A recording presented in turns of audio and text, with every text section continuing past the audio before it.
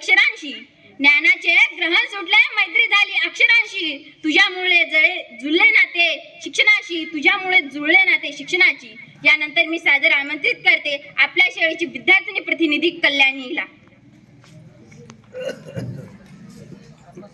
अज्ञानाचे ग्रहण सुटले मैत्री झाली अक्षरांशी, अज्ञानाचे ग्रहण सुटले मैत्री झाली अक्षरांशी, जुळले नाते अक्षरांशी, माझ्यामुळे जुळले नाते या अक्षरांशी. ओळखलात का मला? मी सावित्री, होय तीच जिचं नाव घेतलं की मुलींच्या शिक्षणाचा पहिला अक्षर हा प्रकाशाने उजळायला लागतो. माझं बालपण अगदी साधं होतं, पण मला काही शाळा भेटली नाही बरं का. त्या काळात लोक म्हणायचे जर मुलींना शिकवसाल तर तुमचं घर उद्ध्वस्त होईल असं म्हणायचे.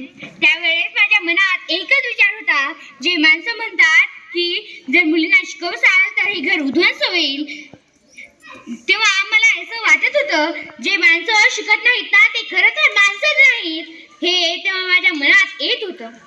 त्या काळी मला एक व्यक्ती लाभला ज्याने मला एक नाव दिलं, ज्यांनी माझं एक व्यक्तिमत्व घडवलं, ते म्हणजे ज्योतिराव फुले. त्यांनी मला प्रत्येक अक्षर शिकवलं. ते आले होते माझ्याकडे आणि म्हणाले, सावित्री बघ, जर तू जर शिकशील ना तर या पुढच्या ज्या हजार मुली आहेत ते तुझ्यामुळे शिकेल, आणि जर तू जर नाही शिकली ना तर या पुढच्या मुलींचंही काही नाही. त्या काळात जसं मुलींना चूल आणि मूल होतं तसं या काळातही त्या मुलींना चूल आणि मूलच होणार होतं. पण त्या काळी ते येऊन म्हणाले मला की तू जर शिकशील तर या मुली शिकणार, म्हणून मी शिकले.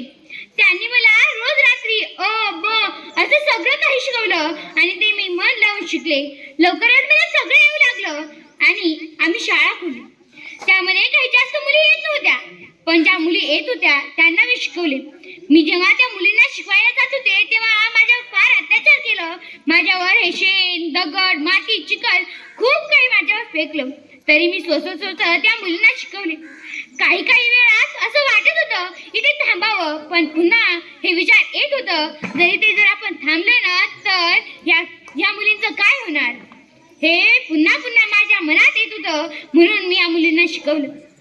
त्याच्यानंतर मुलींची संख्या वाढली आणि त्या मुलींनाही मी शिकवलं. तुम्हाला काय सांगायचं आहे, आज ज्या मुली उंच भरारी घेत आहेत ना तर हे पाहून मला फारच आनंद होत आहे की हे माझ्या लेकी आणि या इतक्या उंच भरारी घेत आहेत.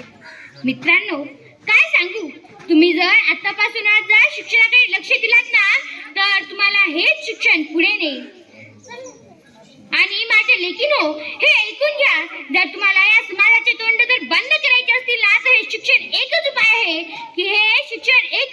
आहे की जे तुम्हाला पुढे नेईल, तुम्हाला पुढची वाटचाल दाखवेल. फक्त शिक्षण.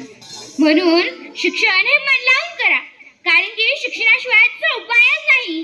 जर तुम्ही शिक्षण नाही घेतलं आणि इकडच्या तिकडच्या गोष्टी जर केल्या तर या समाजाचे तोंड तुम्हाला बंद करता येणार नाही. जर तुम्ही हे शिकल्या आणि जर तुमचीच प्रेरणा तुमच्या घरातल्या ज्या काही बहिणी असतील त्यांना मिळेल आणि तेही पुढे शिकेल.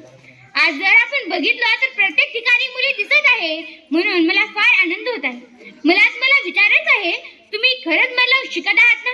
शिकणारच, कारण की एवढ्या उंच पदी आता मुली गेलेल्या आहेत, तर तुम्ही नक्कीच मन लावून शिकत आहात हे मला विश्वास आला आहे. असं शिकत राहा आणि पुढे जात राहा. धन्यवाद.